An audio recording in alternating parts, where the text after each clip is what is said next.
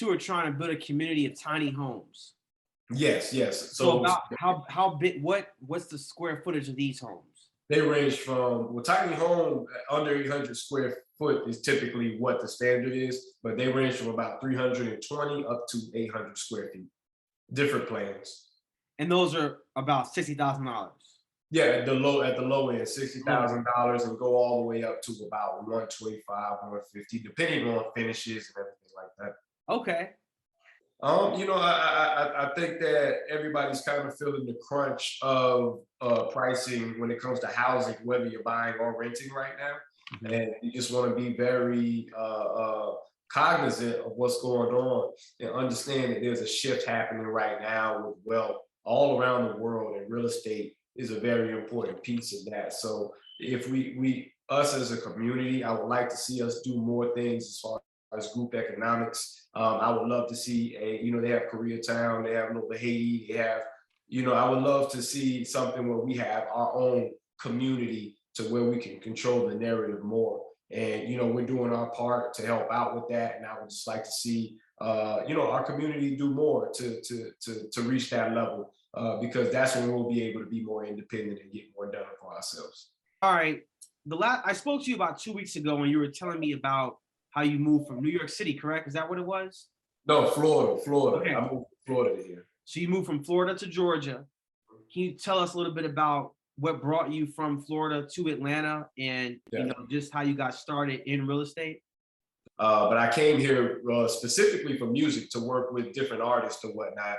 Kind of got a development deal doing that. So I was working doing that. And the company that I was doing the production for also dabbled in real estate. And I saw some of the most amazing houses that I had ever seen in life. It was like some Fresh Prince of Bel-Air type stuff.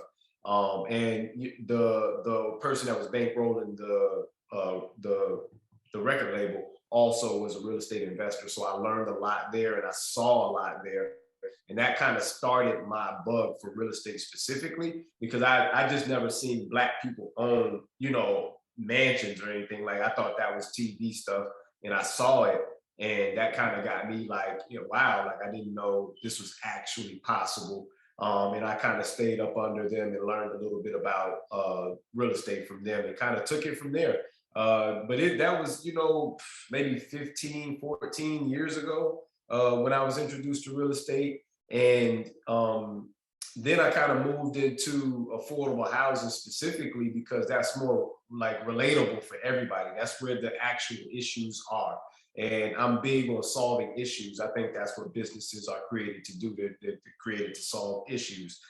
So we committed to affordable housing for that reason. And, that's kind of how we got to where we are today. Biden's infrastructure bill. Do you know anything about that? And did anything in there, was it geared towards construction? Did you see it as being helpful, harmful? And I'll ask you my follow-up question after you answer that. Okay. I'm aware of the bill and some of the details of it. I always look at things like that when it comes to housing to see if there's something we can tap into for the community. Unfortunately, when it comes to funding from the government for housing, when you see affordable housing, that typically means that they're talking about building apartments and renting them to people in the community. Which doesn't necessarily, I mean, it's a temporary, help or whatnot, but it doesn't help when it comes to generational wealth and being a community stakeholder and different things like that. Most people's net worth is comprised of the equity in their home. And that's why we have the big wealth gap between, Black people and, white people and different races, is because we don't own, as much property. And when we do, that property also is devalued, but that's another story. So I don't see a lot in there for actual housing that will help people become homeowners. But I do see a lot of stuff in there for multifamily to be built. And I think that's kind of where we're leaning towards, is more people becoming renters, which I think personally, I'm not a supporter of that. Just because I've seen what happens to people that rent. And I think a lot of people that are renting now are starting to understand the position that you're in when you rent. You're just at the whim of the landlord as far as increases and changes in the terms. So that's not a good place to be. Right, right. Okay, as far as the shortage of labor in the construction industry is concerned, I guess one thing that was interesting to me is they really didn't set aside any money for trade programs. Nope. Oh, oh, what what is that about? It just seems sort of self-defeating to me. I I, don't I agree, and I thought it was interesting because it's all build back better and everything, and I don't know who's gonna actually be the people that are doing the work. doing the work right. Who's doing So the building? I'm not sure, man. I was hoping that something else would come, or this. I'm not really sure, unfortunately. But we do our part as far as trying to make sure that we bring up Right. brothers and sisters in the community and teach them about the trades and teach them how profitable they are. Because it's great to have a skill like that. You'll be able to make money anywhere that you go in the world. Right. Well, But you don't see a lot of I think that's great. Like, so are you guys like working or thinking about maybe developing partnerships with, different schools, different trade unions, different organizations that teach these skills and maybe just doing like a grassroots ground up sort of that. stimulation, Yes, where sir. you're just educating the public because as it stands now, everyone thinks that college is the best option when really it might be the worst option.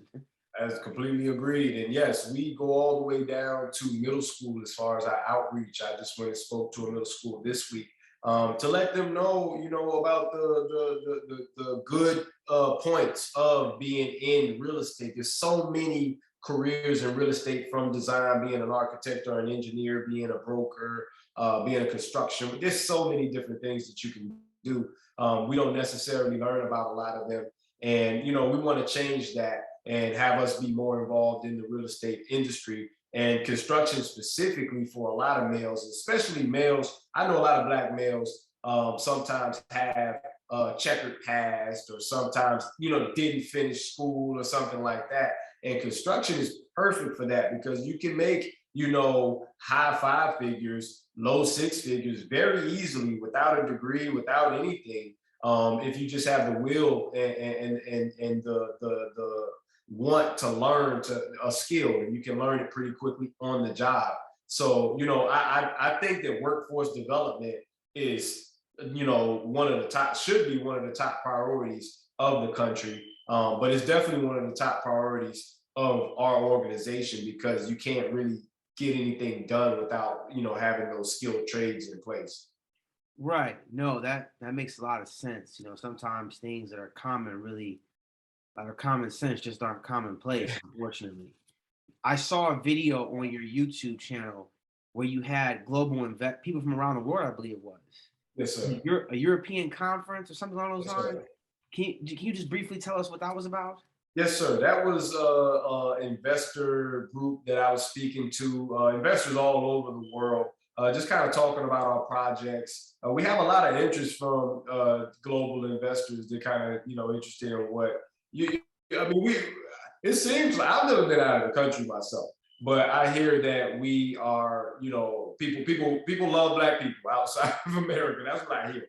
I don't know if that's true. But we get a lot of interest from global investors as far as what we're doing, wanting to support what we're doing and invest in our fund and help us push our initiatives forward, not only here, but globally, because we do have plans to expand to other areas globally where the African diaspora is also having housing crisis similar to like Africa and even South America and different areas like that. So that's their Okay. big us to expand into those areas over time. And with the shipping container model, it works perfectly as far as transport and everything like that. So that's what that Okay. was about.